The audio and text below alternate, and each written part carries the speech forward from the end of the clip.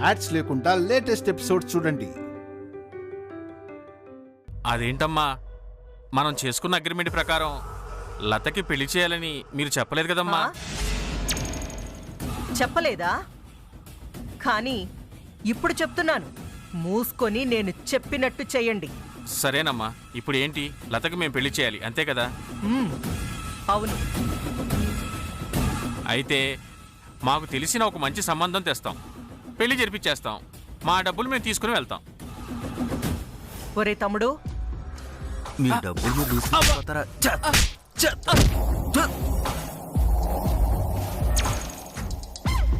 రే, పెళ్ళంటే అమెరికా అల్లుడిని తీసుకొచ్చి కోట్ల రూపాయల కట్నమిచ్చి పల్లకీలో ఊరేగించి ఫారెన్ టూర్కి పంపిస్తాననుకున్నావా?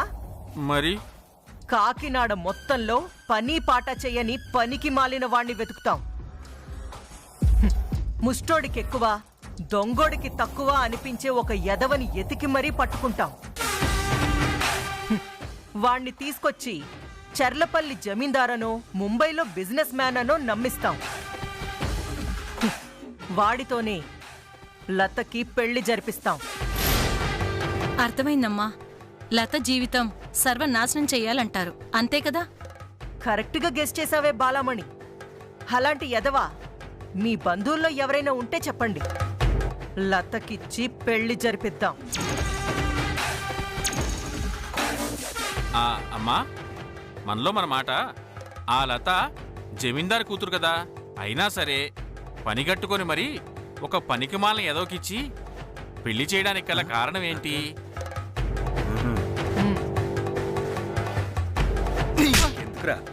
నీకెందుకురా? రేయ్, మా అక్క చెప్పేటప్పుడు నీ చెవులు మాత్రమే పనిచేయాలా, నోరు పని చేయకూడదు. అడగడం తప్పైతే చెప్పండి, అంతేగాని ఇలా చీటికి మాటికి కొట్టకండి. మేము వెంటనే వెళ్ళిపోతాం. తమ్ముడు,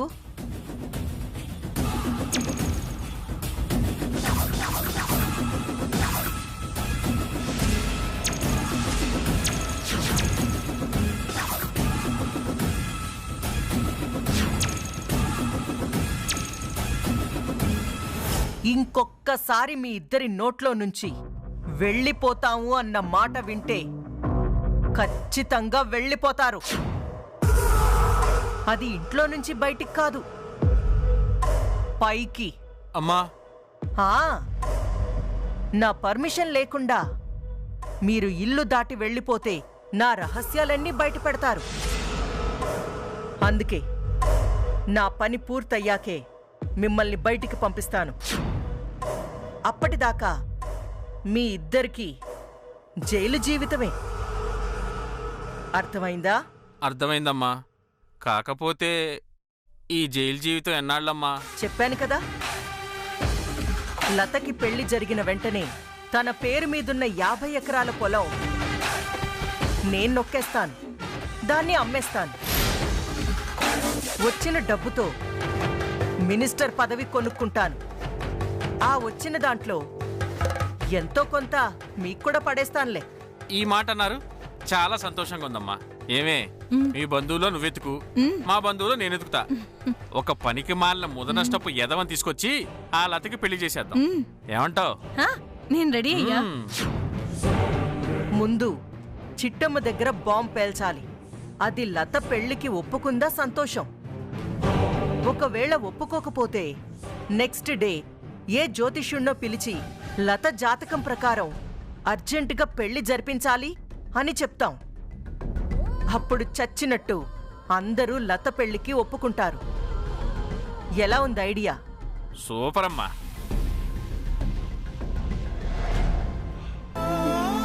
భగవంతుడా, మా నాన్నమ్మని చంపడానికి వచ్చిన దొంగల్ని మా అమ్మ నాన్నలని నమ్మించాను. కానీ వీళ్ళే నా గొంతు కోసేలా ఉన్నారు. ఏం చేయాలో నాకేం అర్థం కావడం లేదు.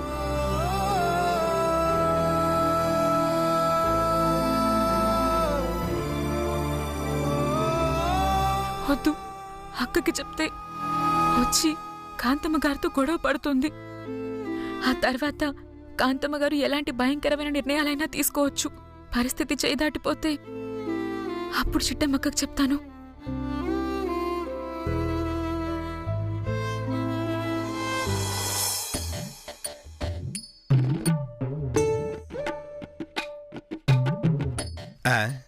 ఏం కూరలు వండారు? పచ్చిగడ్డి పులుసు, ఎండుగడ్డి వేపుడు, న్యూస్ పేపర్లు ఎగురు, క్యారీ బ్యాగ్ల పచ్చడి. అబ్బో,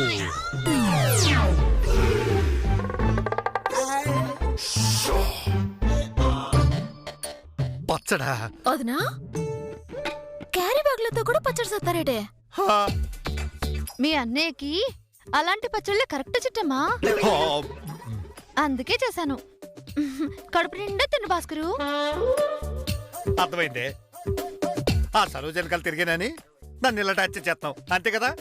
చిచి చిచి, ఇది టార్చర్ ఏంటి భాస్కరు? నేనేదో ప్రేమతో వండిన కూరలు. తిను తిను.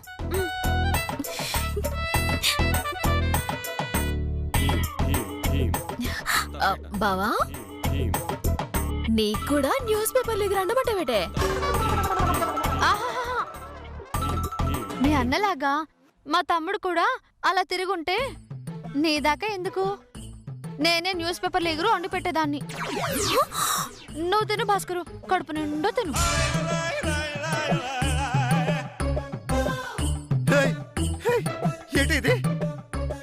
హేయ్, ఒసేయ్, ఒసేయ్, వదినా, అక్క హేయ్, హేయ్, ఏ, ఏం చేస్తున్నావే? వదినా ఏడ్చేస్తున్నావా?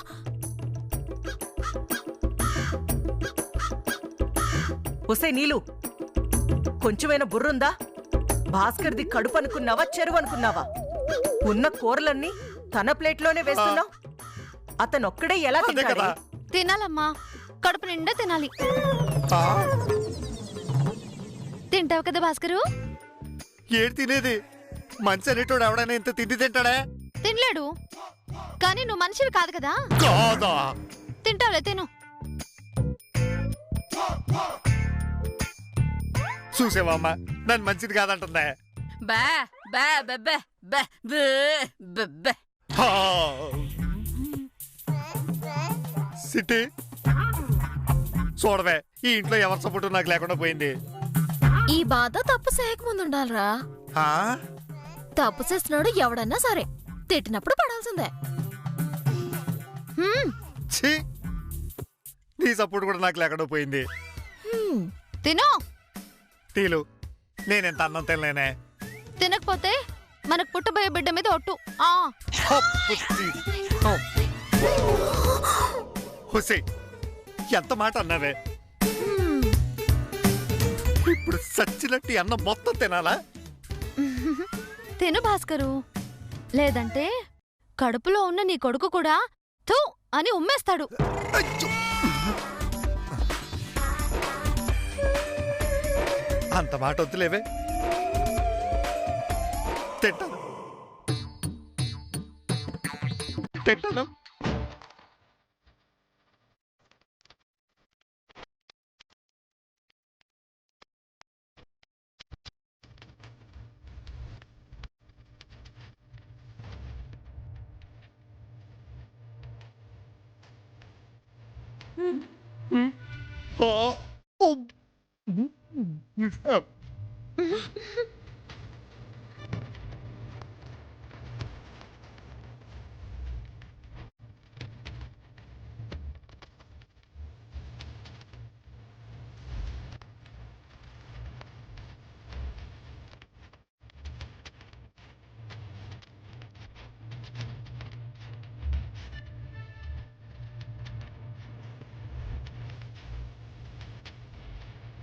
భాస్కరు, నీ కొడుకు మీద తింటాను.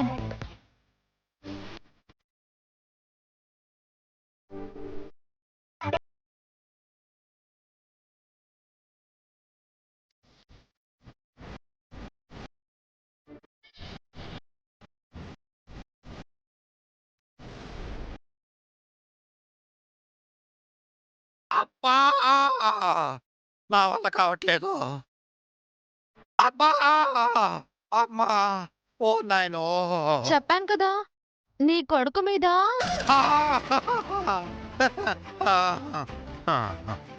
తింటున్నాను.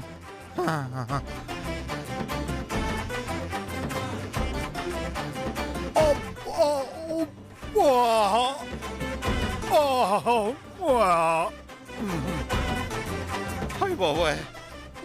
కాదు. అనయ్య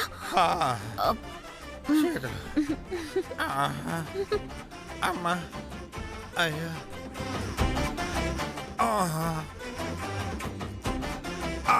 అమ్మా అమ్మా అయ్యో. అబ్బో అమ్మా ఇక రావాల కాదు బాబోయ్. అమ్మా పొట్ట చూడు ఎంత ముందుకొచ్చిందో. పగిలిపోయేలా ఉంది బాబోయ్. అమ్మా అయ్యో. అమ్మా అయ్యో బాబోయ్. ఏం తినేసానేంట్రా బాబు. అమ్మా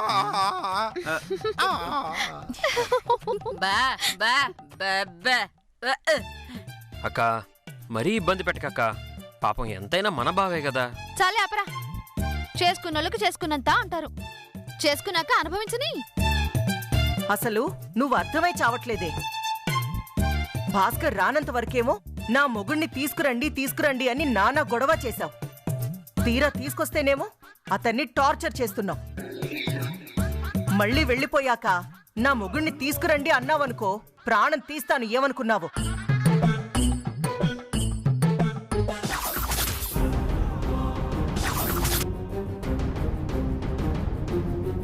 కానిస్టేబుల్స్ రండి. నమస్తే మేడం.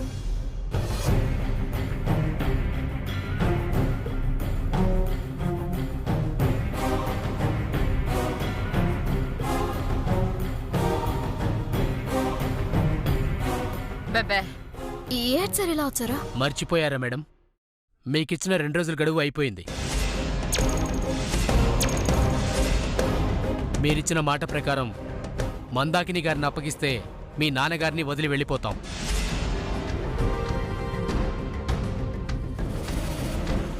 మందాకిని గారిని గనక అప్పచెప్పకపోతే మీ నాన్నగారిని అరెస్ట్ చేస్తాం. ఆ విషయం చెప్దామనే వచ్చాం.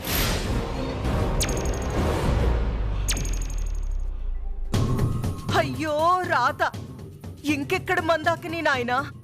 ఉంటే ఈ పాటికి అప్పగించేవాళ్లే కదా. లేదు, ఇంక మందాకిని రాదు. నా మాట విని వచ్చిన పని పూర్తి చేసుకోండి. అత్త అలా మాట్లాడుతున్నావేంటనవా? ఎస్ఐ గారు, ఇంకొక రోజు సమయం ఇవ్వండి. ఆ మందాకిని ఎక్కడున్నా తిరిగి మీకు అప్పగిస్తావా? సారీ మేడం, నేను మీకు ముందే చెప్పాను, గడువులోపు మందాకిని గారిని అప్పచెప్పకపోతే మీ నాన్నగారిని అరెస్ట్ చేయక తప్పదని. Constables arrest him. ఎస్ఐ గారు ఆగండి. ఎస్ఐ గారు, నిజంగా మందాకిని కిడ్నాప్ అవడానికి నాకు ఎట్లాంటి సంబంధం లేదండి. ఆ పుల్రాజు గడు కావాలన్న ఫోన్ దొంగిలించి దాని నుంచి మందాకినికి ఫోన్ చేసినాడండి. అంతే తప్ప నేను నిజంగా మందాకినితో మాట్లాడలేదండి. అవును సార్, ఆ రోజు పార్టీ ఆఫీస్ దగ్గర మా నాన్నే లేడండి. మా అమ్మ నేనే ఉన్నాం. కావాలంటే మా కాంతమ్మతో అడగండి. ఇది మరీ బాగుంది. కిడ్నాప్ చేయాలనుకున్న వాళ్ళు పార్టీ ఆఫీస్కొచ్చి మందాకిని కిడ్నాప్ చేసి అందరికీ చెప్పి తీసుకెళ్తారా ఏంటి? ఎస్ఐ గారు, వీళ్ళ నాన్నగారు పార్టీ ఆఫీస్ దగ్గర లేరన్న మాట నిజమే, కానీ కిడ్నాప్ చేశారా లేదా అన్నది నాకు తెలీదండి. ఆ తర్వాత మీ ఇష్టం. ఓకే మేడం, చూస్తారంటే ఎలా రండి. చెప్పేది వినండి. లాయర్ గారితో నేను మాట్లాడతాను, ఆయనతో బెయిల్ ఇప్పిస్తాను. దయచేసి ఈయన వదిలేయండి. చూడండి సార్, మీరేదైనా చెప్పాలనుకుంటే రేపు కోర్టుకొచ్చి చెప్పండి. దయచేసి నన్ను డిస్టర్బ్ చేయొద్దు. ఎవరైనా నా దారికి అడ్డొస్తే వాళ్ళని కూడా అరెస్ట్ చేసి తీసుకెళ్లాల్సి వస్తుంది. Mind it. ఏమయ్యా, తీసుకురండి.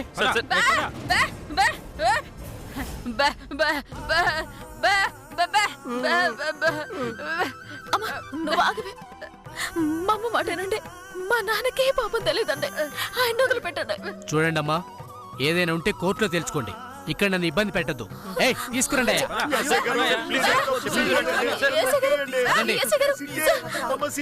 ఆగండి సార్, నా మాటేనండి. మా నాన్నకే పాపం తెలియదండి. పెడతాను.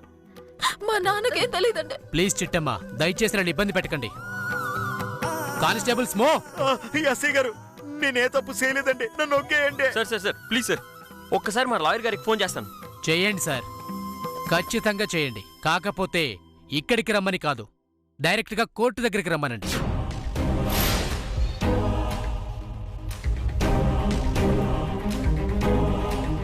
ఎస్ఐ గారు, ఇదిగోండి ఎస్ఐ గారు. ఏదో ఫోన్ చేసిన పాపానికి కిడ్నాపింగ్ నేరాన్ని మెదగేసేస్తారండి. ఇప్పుడు నేను మీకు ఫోన్ చేస్తే రేపు మీరు కిడ్నాప్ అవుతే నేను మిమ్మల్ని కిడ్నాప్ చేసినట్టే అండి. ఎదవ లాజిక్లు అడిగావంటే మీ నాన్నతో పాటు నిన్ను కూడా తీసుకెళ్తాం. ఏయ్, మీరు ఎక్కించండి అయ్యా. ఇదిగోండి ఎస్ఐ గారు, నా మాట వినండి. నాన్న, నాన్న. అయ్యో అయ్యో చూడు. నా మాట వినండి సార్. సార్ ఒకసారి నా మాట వినండి సార్. నాన్న, నాన్న.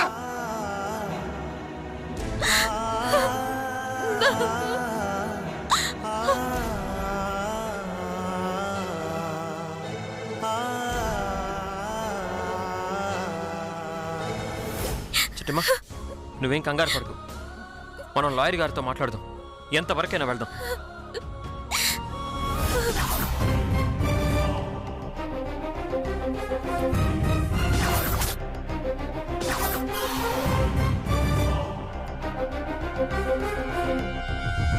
మీడియా వాళ్ళు భలే సమయానికి వచ్చారే.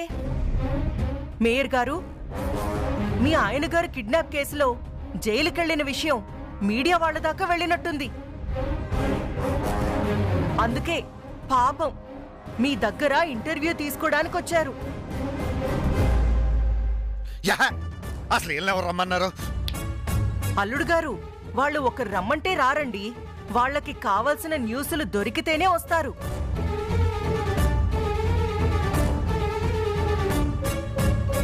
మేయర్ గారు, మీ ఆయన గారు కిడ్నాప్ కేసులో అరెస్ట్ అయ్యారని మాకు ఇన్ఫర్మేషన్ వచ్చింది. దాని గురించి మీరేమంటారు?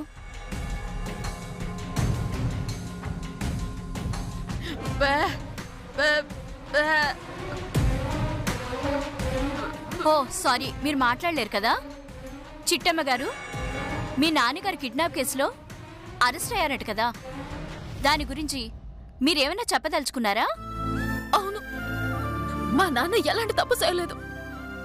ఎవరో కావాలని మా నాన్నని ఈ కిడ్నాపింగ్ కేసులో ఇరికించారు. ఆయన ఏ నేరం చేయలేదని, జరిగిన దానికి ఆయనకి ఎలాంటి సంబంధం లేదని త్వరలోనే నిరూపిస్తాను. నిర్దోషిగా బయటికి తీసుకొస్తాము. విన్నారు కదా, మన మేయర్ గారి కూతురైన మిఠాయి కొట్టు చిట్టమ్మ ఏం చెప్పారో. జరిగిన నేరానికి తన తండ్రికి ఎలాంటి సంబంధం లేదంటున్నారు. కానీ పోలీసులేమో కుటుంబరావుని ఖచ్చితంగా నేరం చేశాడని బలంగా చెప్తున్నారు. ఈ విషయంలో ఎవరి వైపు న్యాయం ఉందో, ఎవరి వైపు అన్యాయం ఉందో త్వరలోనే తెలుస్తుంది. Wow to studio.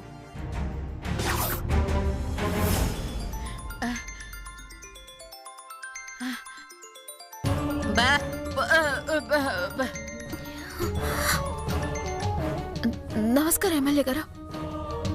ఏం నమస్కారం అమ్మా, నీ బొంద నమస్కారం. నువ్వు మీ అమ్మ కలిసి మన పార్టీ పరువు మొత్తం తీసేలా ఉన్నారుగా. అది కాదు సార్. నువ్వేం చెప్పక చిట్టమ్మా, ఇప్పటికే అన్ని న్యూస్ ఛానల్స్ లోనూ మీ నాన్న చేసిన నేరం బ్రేకింగ్ న్యూస్ లా వస్తోంది.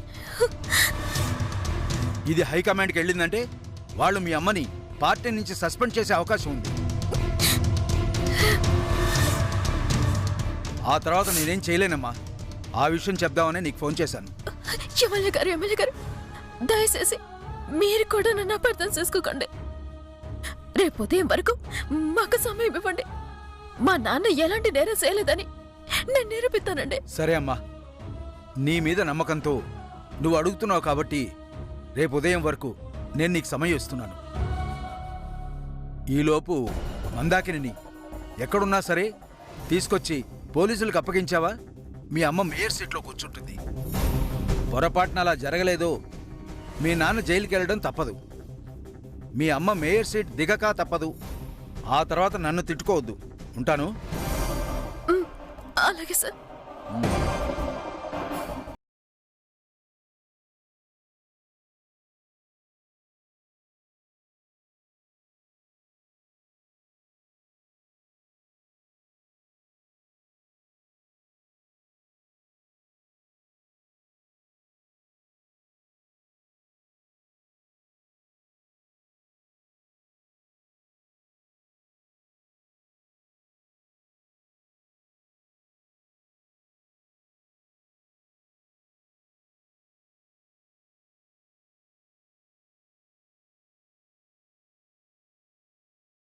అని మనకు తెలుసు కాబట్టి మనకంతా మంచి జరుగుతుంది.